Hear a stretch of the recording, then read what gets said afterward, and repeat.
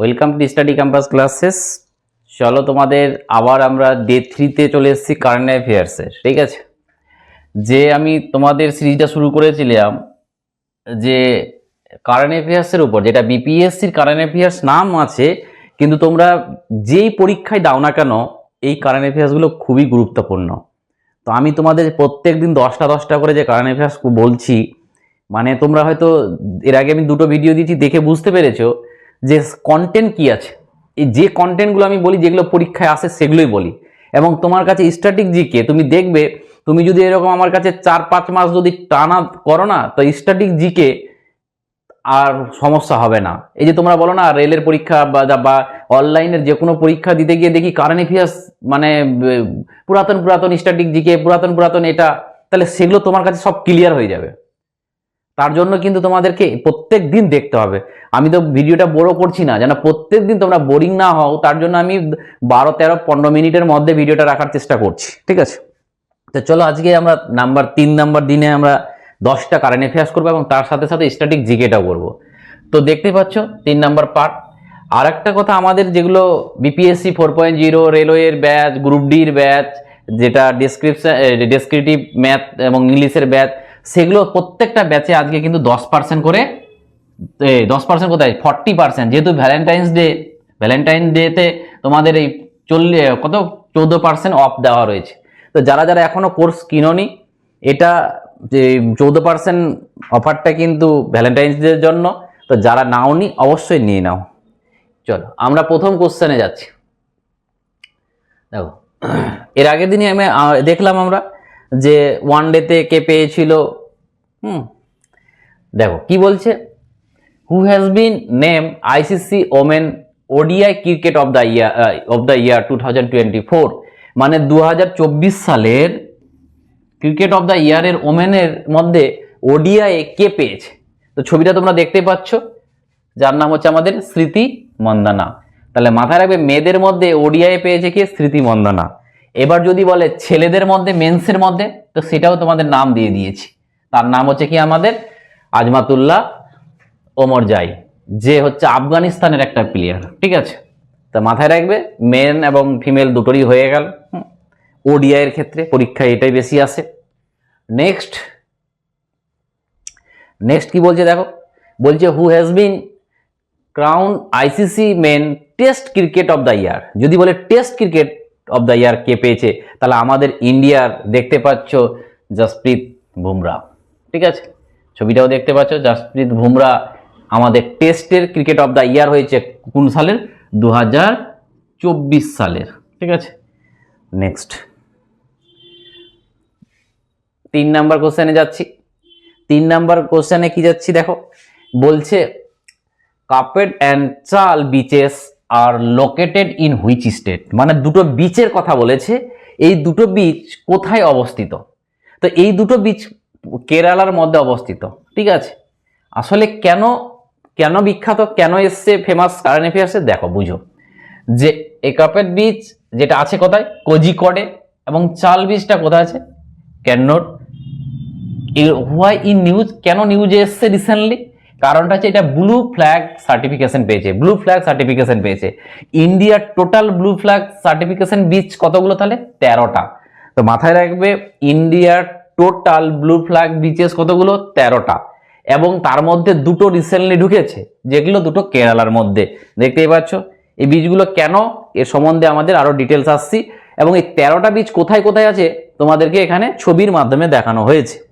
দেখতেই পাচ্ছ যে গুজরাটে রয়েছে একটা, দিউয়ে রয়েছে একটা, কর্ণাটকা, কেরালা, লাক্ষাদ্বীপ, কেরালা, তারপরে তোমার এই তো নতুন বীজ দুটো, চাল আর এইটা, তামিলনাড়ু, পন্ডুচেরি, কর্ণাটক, অন্ধ্রপ্রদেশ, উড়িষ্যা, আর এইদিকে আন্দামান নিকোবর। তো এই 13টা বিচ হচ্ছে কি? ব্লু ফ্ল্যাগ বিচেস আজকের দিনে ইন্ডিয়ার টোটাল 13টা বিচেস। ঠিক আছে, নেক্সট। এবং এর সম্বন্ধে যদি আমরা দেখতে চাই, দেখো যে ব্লু ফ্ল্যাগ সার্টিফিকেশন কি? যে awarded by non profit organisation. এবং সেটা কি? সেটা হচ্ছে আমাদের ফাউন্ডেশন অফ এনভায়রনমেন্টাল এডুকেশন, যেটাকে আমরা FEE বলি, যার হেডকোয়ার্টার, এটাও তোমার স্ট্যাটিক অর্গানাইজেশনের মধ্যে স্ট্যাটিক জিকের পার্ট। যে ফাউন্ডেশন অফ এনভায়রনমেন্টাল এডুকেশন এর হেডকোয়ার্টার কোথায়?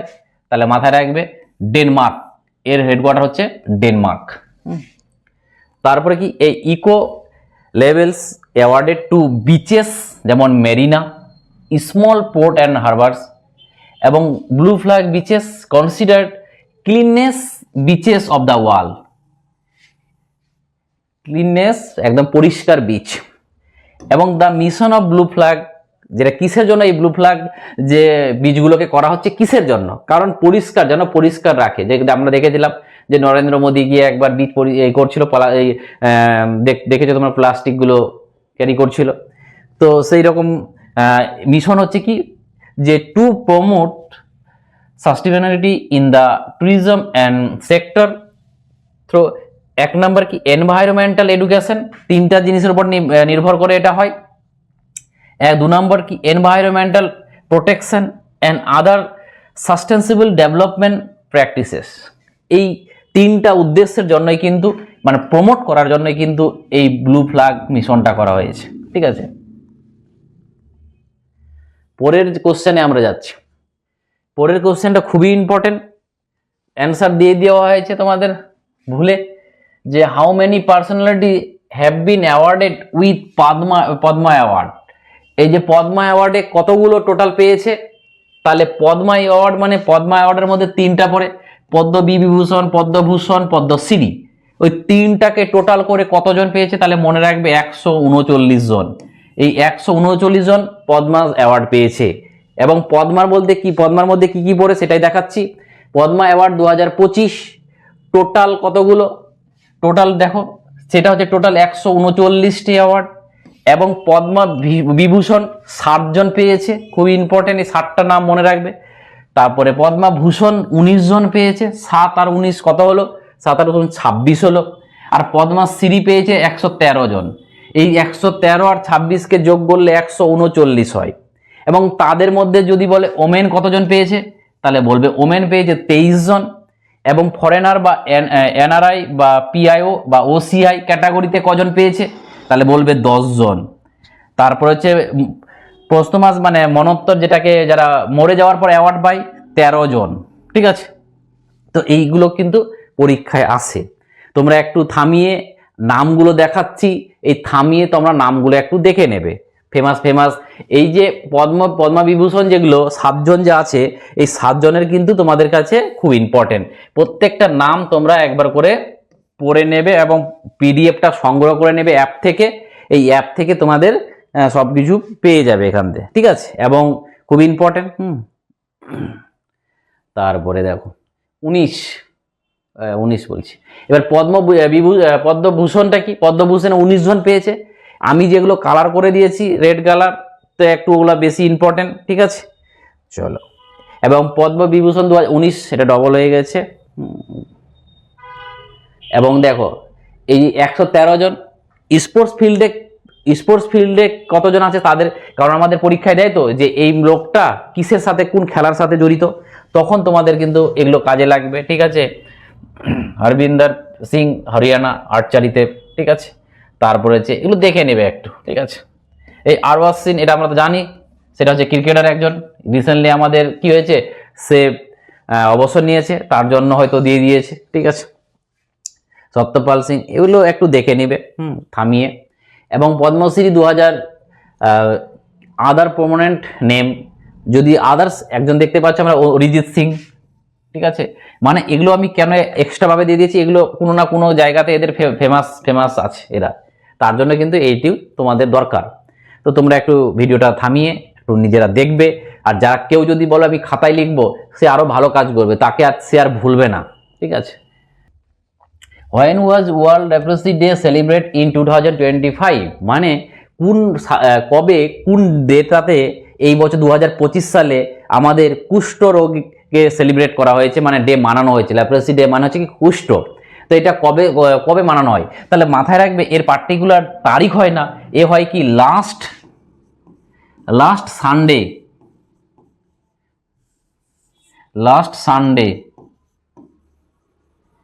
সানডে জানুয়ারি মাসের 1 জানুয়ারি। ঠিক আছে, জানুয়ারি মাসের লাস্ট সানডেতে মানানো হয়, ঠিক আছে।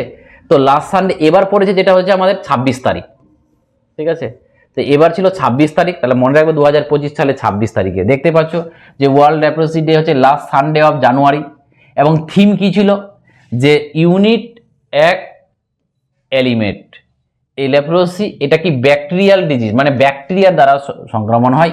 এবং কারণটা কি, কজেস বাই ব্যাকটেরিয়া, মানে কোন ব্যাকটেরিয়ার নামটা কি, ঠিক আছে। প্যাথোজেন, ব্যাকটেরিয়ার প্যাথোজেনটার নাম কি, প্যাথোজেন মানে কি, যেগুলো হার্মফুল প্যাথোজেন, ঠিক আছে। তো কি বলছে, মাইক্রোব্যাকটেরিয়াম ল্যাপ্রেস, ঠিক আছে, এটা হচ্ছে ব্যাকটেরিয়ার নাম। তো তোমাদের অনেক ইনফরমেশন দিয়ে দিলাম এর সম্বন্ধে। নেক্সট যেটা কোশ্চেন আসছে, দেখো কি বলছে, what is the name of the battlefield surveillance system flag of Rajnath Singh. তো সেই অ্যান্সারটা হবে কি, সঞ্জয়। সঞ্জয় কি, সঞ্জয় হচ্ছে একটা সিস্টেম, দেখতে পাচ্ছ তোমরা ছবিতে, এখানে রাখা হয়েছে সঞ্জয়কে, এখানে রাখা আছে। তো এগুলো সাধারণত বর্ডারের কাছে রাখা হয়, রাখবে। এবং বর্ডার থেকে কে কোথায় আছে, উপরে হোক নিচে হোক, কোনো ইঞ্জিন পুরো ট্র্যাক করতে পারবে, যে বাইরের কোনো ধরে নাও যুদ্ধ করতে কোনো অন্য দেশের একটা চলে আসলো, মিসাইল চলে আসলো, তো ডিনোট করতে পারবে।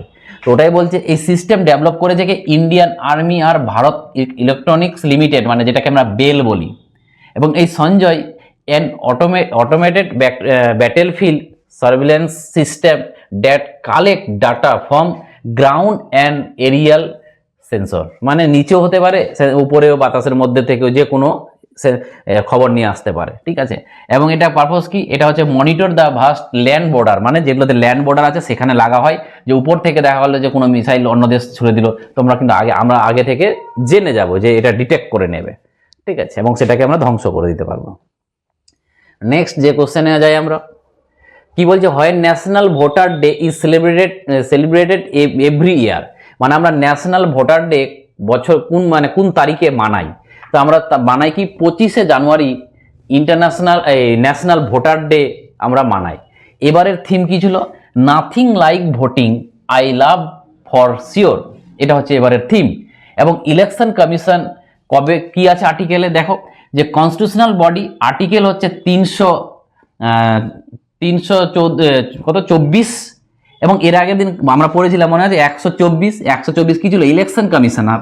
আর 324 হলো কি, সেটা হচ্ছে আমাদের 124 ছিল আমাদের সুপ্রিম কোর্ট, আর 324 হলো কি ইলেকশন কমিশনার। তাহলে দুটো জিনিস কিন্তু মাথায় রাখবে, ঠিক আছে। এবং এস্টাবলিশ কবে হয়েছিল এটা বডিটা, যেটা হচ্ছে 25শে জানুয়ারি 1950 সাল, মানে যেদিন মনে করো যেদিন আমাদের কনস্টিটিউশন লাগু হয়েছিল ঠিক তার আগের দিন, এইভাবে মনে রাখলে হয়ে গেল।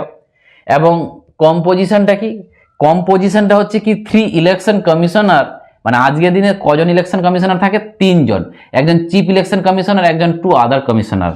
এবং অ্যাপয়েন্ট বাই কে, এটাকে অ্যাপয়েন্ট করে এদেরকে 3 জনকে প্রেসিডেন্ট করে, টেনিওর 6 বছর বা 65 বছর, এই 6 বছর বা 65 বছর হচ্ছে এদের টেনিওর, ঠিক আছে। 6 বছর হলেও বেরিয়ে যাবে, বা যদি 65 বছর হয়ে যায় তাহলে আগে রিটায়ার হয়ে যাবে। নেক্সট তারপরে কি বলছে দেখো,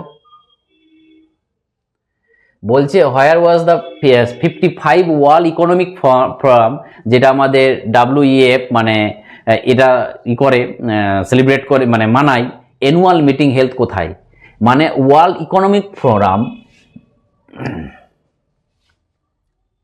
দেখো where was the 55 world economic forum annual meeting health, মানে ইকোনমিক ফোরামের যে মিটিংটা হলো 55তম, সেটা কোথায় হচ্ছে, সেটা হচ্ছে আমাদের ড্যাভোস, সেটা হচ্ছে কোথায়, সেটা হচ্ছে কি ড্যাভোস, ঠিক আছে। এবং থিমটা ছিল কি, থিমটা ছিল এর থিমটা ছিল collaboration for the intelligent age, কোথায় হলো এটা, ড্যাভোস, এটা সুইজারল্যান্ডের। এবং WEF এর ফুল ফর্ম মানে কি, যেটাকে আমরা বলি ওয়ার্ল্ড ইকোনমিক ফোরাম, সেটা কবে থেকে শুরু হয়েছে, 1971 সাল থেকে। হেডকোয়ার্টারটা কোথায়, সেটা হচ্ছে আমাদের কলোনি, যেটা সুইজারল্যান্ডে রয়েছে। এবং এর ফাউন্ডার যদি বলা হয়, সেটা হচ্ছে কি কালাস চাভ, ঠিক আছে। নেক্সট দেখো, ISRO has successfully germinated black eye pea, মানে যেটাকে লুবিয়া বলি, এক ধরনের লুবিয়া সিড ইন হুইচ এনভায়রনমেন্ট, মানে বলছে এই লুবিয়া বলতে একটা প্ল্যান্ট, এই প্ল্যান্টটা কোথায়, যে দেখতে পাচ্ছ প্ল্যান্টটা, এই প্ল্যান্টটা ইসরো কোথায় মানে সাকসেসফুলি করতে পেরেছে, সেটা কিন্তু স্পেসে। অ্যান্সারটা মনে রাখবে, স্পেসে। এই স্পেসে আমার ইসরো কি করেছে, এই গাছটা লুবিয়া প্ল্যান্টটাকে ওখানে গিয়ে চাষ করেছে, মানে গাছ হয়েছে। তো ওটাই বলছে ইসরো সাকসেসফুলি জার্মিনেট কোথায়, লুবিয়া, যেটা হচ্ছে আমাদের black eye pea seed in space as part of its compact research module for orbital plan studies, যেটাকে আমরা ক্রপস বলি। এবং ক্রপস মডিউল, এটাকেই বলা হয় ক্রপস মডিউল, যেটা developed by ISRO to study plan growth in space under microgravity. চলো next কোশ্চেনে যাই। কি বলছে, when is India army celebrate every year, বলছে ইন্ডিয়া আর্মি কবে সেলিব্রেট করা হয় ইন্ডিয়ান আর্মি ডে, তাহলে ইন্ডিয়ান আর্মি ডে সেলিব্রেট করা হয় 15ই জানুয়ারি। ঠিক আছে, আর কি কি জানতে হবে, এই 2025 সালের থিম কি ছিল, 2025 সালের থিম ছিল সমর্থ ভারত এবং সক্ষম সেনা, সমৃদ্ধ ভারত সক্ষম সেনা, ক্যাপাবল ইন্ডিয়া, এর মানেটা হচ্ছে ক্যাপাবল ইন্ডিয়া এম্পাওয়ার আর্মি। এবং এর সম্বন্ধে, ইন্ডিয়ান আর্মি সম্বন্ধে আমরা কি জানবো, এস্টাবলিশ হয়েছিল কবে, 1 এপ্রিল 1855 আন্ডার ব্রিটিশ রুল। এবং হোয়াই 15ই জানুয়ারি তাহলে কেন মানায়, কারণ 15ই জানুয়ারি 1950 সালে লেফটেন্যান্ট জেনারেল যে K M Cariappa was the first Indian who became the head of the Indian forces, মানে ইন্ডিয়ার প্রথম এই ইন্ডিয়ান ফোর্সেসের হেড হয়েছিল কে এম কারিপ্পা। তো কে এম কারিপ্পার জন্মদিন ওর হিসাবে সেদিন হয়েছিল বলে, জন্মদিন না, সেদিন হয়েছিল বলেই 15ই জানুয়ারি এয়ারফোর্স ডে মানানো হয়। তার সাথে সাথে ইন্ডিয়ান ওটা তো কি ছিল, ইন্ডিয়ান আর্মি। আর এয়ারফোর্স ডে কবে, এয়ারফোর্স ডে হচ্ছে আমাদের 8ই অক্টোবর। এবং ইন্ডিয়ান নেভি ডে কবে, 4ই ডিসেম্বর। তাহলে তিনটা জিনিস মাথায় রাখবে, যে আর্মি ডে কবে, আর্মি ডে হলো 15ই জানুয়ারি, এয়ারফোর্স ডে কবে 8ই অক্টোবর, এবং ইন্ডিয়ান নেভি ডে কবে 4ই ডিসেম্বর। এটা ছিল আমাদের লাস্ট কোশ্চেন। এবং তোমরা দেখতে পাচ্ছ আমাদের আজকে 10টা কমপ্লিট হয়ে গেছে। এবং এই অফারটা চলছে, যারা যারা নিতে চাইছো নিয়ে নাও, কারণ এটা হচ্ছে খুব সীমিত জন্য, মানে 2 দিনের জন্য অফারটা রয়েছে। যারা যারা এখনও 4.0-র জন্য এদিক ওদিক ইউটিউব ভাবছো যে ইউটিউব দেখে হয়ে যাবে, আমি বলছি ইউটিউব দেখে হবে না। কারণ ইউটিউব দেখে সবাই কিনা ফ্রির ক্লাসে ওই রকম হয় না। কারণ তুমি এখানে ঢুকে গেলে একদিক থেকে চ্যাপ্টার ওয়াইজ ক্লাস করে তারপরে তোমার এমসিকিউ দিয়ে পরীক্ষার পর পরীক্ষা হয়, এবং তার এসসিআরটি পুরোটা আমি তোমাদেরকে কভার করে দিচ্ছি। তো তোমরা যারা এখনও নাওনি, আমি বলবো নিয়ে নাও, তাহলে তোমাদের সুবিধা হবে। আজকে নিলে তোমাদের, আজকালের মধ্যে নিলে তোমাদের 14% আছে, এই 14% অফ পেয়ে যাবে তোমরা। ঠিক আছে, তো 14% অফ মানে 999 জায়গায় ধরে নাও যে 150 টাকার মতন কমে যাবে যা রেট। ঠিক আছে, থ্যাংক ইউ, আবার দেখা হবে। এইটুকুই ছিল আজকে। Thank you.